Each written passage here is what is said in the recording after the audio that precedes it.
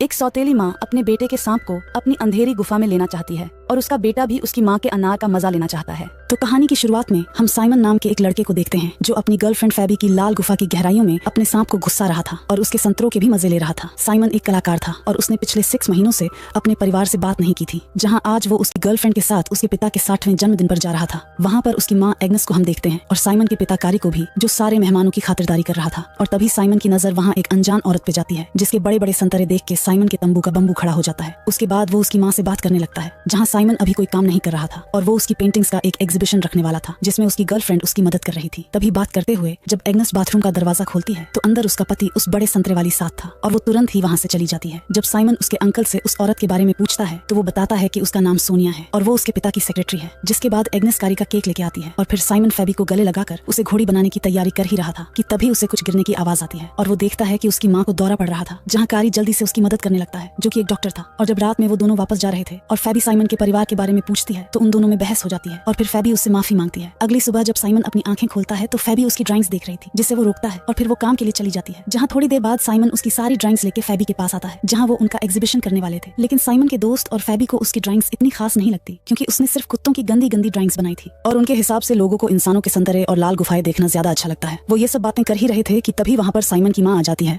जो उसके साथ अकेले में बात करना चाहती थी। वो साइमन को बताती है कि वो उसके पिता के साथ छुट्टी मनाने जाना चाहती है और उनके साथ वो वहाँ पर जी भर के लिपटा लिपटी करना चाहती है। लेकिन वो कारी के लिए उनकी किताब को लिखने में मदद कर रही थी जो करने में काफी हफ्ते लग जाएंगे और अगर वो उसके पिता के साथ छुट्टी मनाने नहीं गई तो उसके पिता सोनिया को अपने साथ ले जाएंगे और फिर सोनिया कारी को अपनी लाल गुफा की सैर करा के ही छोड़ेगी, जहाँ इसीलिए वो साइमन से उसके पिता की किताब पूरी करने को कहती है। साइमन ये काम करना तो नहीं चाहता था, लेकिन अगर ये काम वो करेगा तो वो सोनिया के साथ अकेले में समय बिता सकता है और क्या पता वो उसे उसकी गुलाबी गुफा के रस में भिगो दे, इसलिए वो मान जाता है। अगले सीन में कारी उसके ऑफिस में साइमन को सारा काम समझाता है और फिर उसे सोनिया के बारे में बताने लगता है कि मैं उसका इतना दीवाना हो गया हूँ कि उसके मीठे संतरों के पानी के बिना पता नहीं वो ये छुट्टियां कैसे बिताएगा। और साइमन को ये सब सुनकर काफी अजीब लग रहा था। जिसके बाद वो एग्नेस को लेके वहाँ से चला जाता है। जिसके बाद साइमन रोज उसके पिता का काम करने लगता है और एक दिन जब वो बाहर गार्डन में लंच कर रहा था तो सोनिया उसके पास आकर बैठ जाती है और साइमन उससे बात करते हुए उसे उसके पिता के बारे में बताता है कि उसने तुम्हारी जैसी कई औरतों के संतरों को चूस कर और उनकी लाल गुफा के रस को निचोड़ के फेंक दिया है। मतलब वो उसके पिता की पहली गर्लफ्रेंड नहीं थी, लेकिन सोनिया कहने लगती है कि कारी उसे से प्यार करता है, जहाँ इस हिसाब से वो उसकी माँ हुई और उसे उसकी माँ से इज्जत से बात करनी चाहिए। ये सुन के साइमन को गुस्सा आता है और वो देखता है कि सोनिया को कॉफी पीनी थी, इसीलिए वो सारी कॉफी गिरा देता है। रात में घर आकर उसे कुछ भी ड्रॉ करने का मन नहीं कर रहा था और तभी वो देखता है कि उसका दोस्त उनके पड़ोस के कुत्ते को खाना दिखा के तंग कर रहा था, जहाँ साइमन उसे ये करने से रोकता है और उसे खाना दे देता है। अगले दिन वो देखता है कि सोनिया पर उसकी बात का असर हुआ था और वो कारी से झगड़ा कर रही थी और तभी उससे उसके पिता का फोन आता है जो उसे सोनिया से दूर रहने को बोलता है। अच्छा, थोड़ी देर बाद जब वो उसके अंकल से बात कर रहा था तो उसे पता चलता है कि पहले सोनिया कारी की एक मरीज हुआ करती थी, जहाँ उसके पिता ने उसे उसकी सेक्रेटरी बना लिया। जिसके बाद साइमन सोनिया के ऑफिस में उससे माफी मांगने जाता है, लेकिन तभी वहाँ एक लड़की आ जाती है जो कारी से अपॉइंटमेंट लेना चाहती थी, जहाँ सोनिया उसे बात करने लगती है और इसी चक्कर में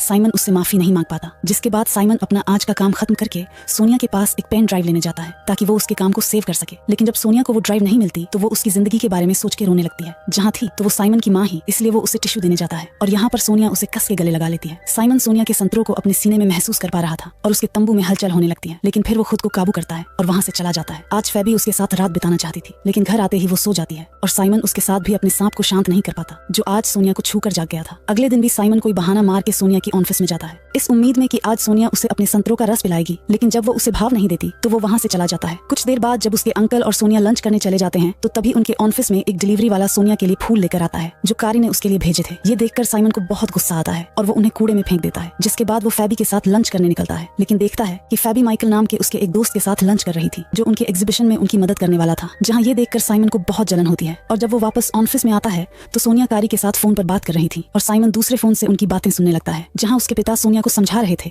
कि साइमन की बात का बुरा नहीं मानना चाहिए, वो एक बच्चा और उसकी ड्राइंग्स भी बच्चों जैसी होती है। ये सब सुनकर अब साइमन बहुत गुस्से में आ गया था और वो वहाँ से जाते हुए सोनिया से कहते हैं कि मेरे पिता ने तुम्हारे साथ इसीलिए संबंध बनाए क्योंकि तुम दिमागी तौर पर कमजोर हो। जहाँ जब वो फेबी के पास आता है तो वो माइकल के साथ काम करने में व्यस्त थी और इसी वजह से साइमन फेबी के साथ झगड़ा करता है और वापस ऑफिस आता है, जहाँ सोनिया एक फाइल को ढूंढ रही थी। साइमन थोड़ी देर तो सोनिया के पिछवाड़े को देखकर अपनी आंखें सेकता है और फिर उसे उसकी फाइल दे देता है, लेकिन साइमन का काला नाक अब इतना रस से भर गया था कि उसके तंबू का बुर्ज खलीफा नीचे बैठने का नाम ही नहीं ले रहा था, इसलिए वो फाइल फाइल को लेने के बहाने सोनिया के ऑफिस में जाता है और यहाँ पर सोनिया भी साइमन के बुर्ज खलीफा को देखकर साइमन को कामुकता से भरी एक गिल्ली चुम्मी देती है और इस बार साइमन भी अपनी माँ के रसीले होठों को चूसने लगता है और उनके संतरों को दबाने लगता है। सोनिया उसे नीचे वाले कमरे ले जाती है और जब वो साइमन को अपनी काली स्कर्ट उतारकर उसके मोटे रसीले झांगों के बीच के जंगल को दिखाती है तो साइमन जल्दी से अपने एनाकोंडा को सोनिया की गिल्ली रस से भरी लाल गुफा में अंदर बाहर करने लगता है। काम खत्म करने के बाद सोनिया साइमन को एक जगह ड्रॉप करती है और वहाँ से साइमन अपनी साइकिल लेकर जाने लगता है। जब वो घर पर उसके दोस्त से बात कर रहा था तो उसे पता चलता है कि फेबी और माइकल के बीच जरूर कुछ चल रहा है और ये सुनकर आज साइमन ने जो उसकी माँ के साथ किया उसका उसे बिल्कुल भी बुरा नहीं लगता।